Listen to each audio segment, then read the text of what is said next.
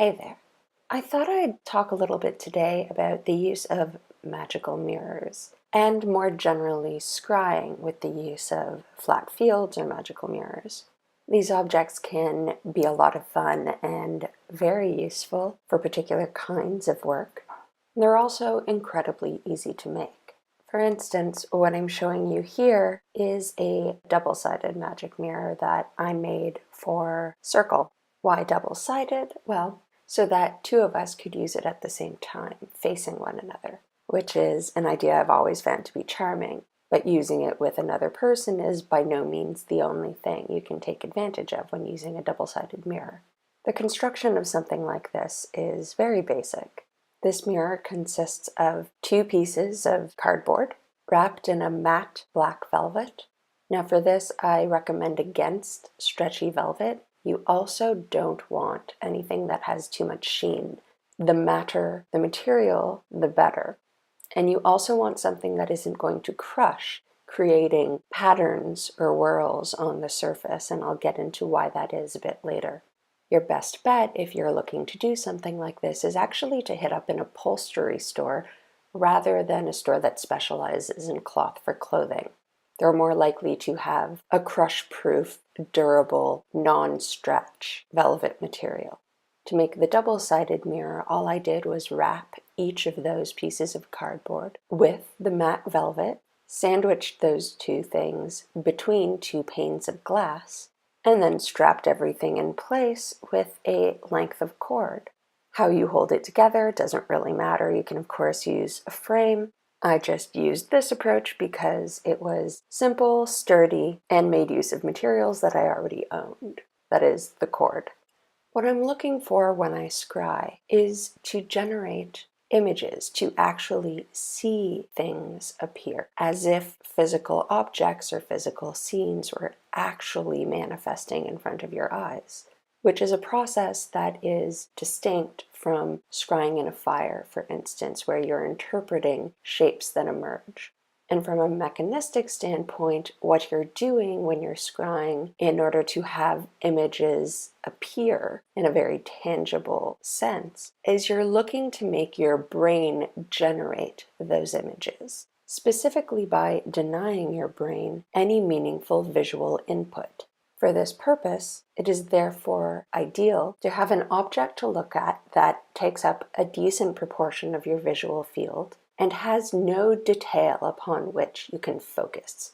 Hence why you don't want too much sheen, hence why you don't want crushable fabric that's going to make whorls, because this approach relies on your eyes not being able to focus on any particular point as they move, as you hold them open and look.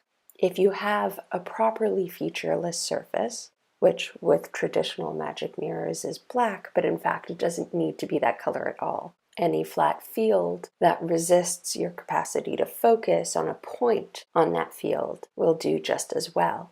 Now, after a relatively short period of time, when looking at such a field, what happens is your brain, realizing it's being denied any sort of visual stimulus, will begin generating imagery of its own that feels very much like external visual stimuli.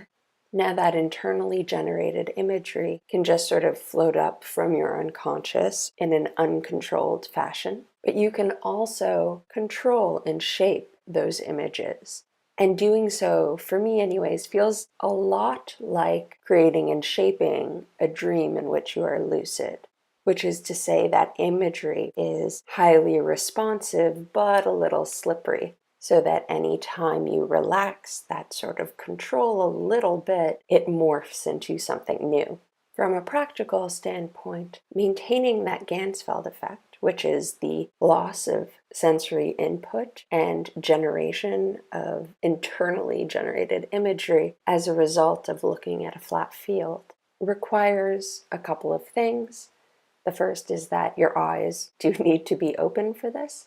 I would hesitate to conclude that it's really the same thing as having your eyes closed, although people have likened it to that in the past. And the reason I hesitate is that that sort of assumes that your visual and perceptual systems are not registering and responding to that muscular action of having your eyelids closed. Sure, it denies sensory input, but your brain is also aware of this pattern of when these muscles are in this conformation, I don't get sensory input. And so I wouldn't expect the outcome of the process of having one's eyes closed to be equivalent to the process of stripping sensory input with your eyes open. The second thing is there's no need to strain when looking at a flat field or magic mirror. You want to relax your eyes. You don't need to cross them. You don't even really need to soften your focus. Provided your flat field takes up enough of your visual field and you maintain your focus within that field, the effect you're looking for should kick in quite naturally with a little bit of time. But again, this does depend on a featureless landscape. Now, you're by no means limited to using something like a magic mirror to do this sort of thing. I've scried into flowers. With your face sufficiently close and the right lighting, you can create a flat field in the middle of something like a daisy. Nor is the only way to use a magic mirror as a true flat field. For instance, this sort of tool can be incredibly useful for things like glamouries. And in using it for that sort of purpose, your setup would probably be a little different, or certainly mine is. Whereas when I'm scrying, it's very important that there be no reflection at all coming off the glass that covers this mirror. In the case of a glamoury, I want a little bit of a reflection, just enough light to see my outline, but not enough to capture the details of my face. Because over the course of the glamoury, I'm going to be reshaping my appearance mentally, using that sort of controlled, self-generated imagery that I talked about earlier. This process is why you'll find that a lot of glamouries that you read in magical books talk about placing candles behind the mirror, or behind yourself but outside of the reflective range of the mirror, so that you don't actually see that candle directly reflected, but you do capture some of the light. Now, in the case of a glamoury, I'll also point out that it can actually be harder to maintain that visual transition that results in the self-generation of imagery. And you can recognize that transition occurring because oftentimes what'll happen is it feels like your eyes just sort of turn off and dark sweeps in from the periphery of your vision. And that loss of vision is maintained when you blink as well, so don't worry about losing it that way. But I've found that when working with a partial reflection of myself, maintaining this is tougher, which may be partly due to the fact that I am getting some visual input. There is some detail there with my reflection, and any movement that I generate is going to act to sort of pull me out of that flat field effect that I'm trying to get in the middle of my face. But also, I think because it's a little unsettling to see your face morph the way it does when engaged in this sort of process. But that unsettling aspect is also part of what makes it fun. And if you have trouble with it at first, don't sweat it. A little bit of practice will get you where you want to be. Now, if you have a large magic mirror rather than a small handheld one, you'll likely want to prop it upright as you work. For this, obviously, you can just lean it against a wall. I've also found that book stands work pretty well. Just make sure that your mirror is stable on the book stand. Alternately, you can make a special stand for your mirror. For instance, for this one, what I'd like to do is get a nice stable chunk of wood and just carve a slot out of that wood into which I can drop this mirror so that it stands upright without occluding either side, so that again, two of us can use it simultaneously.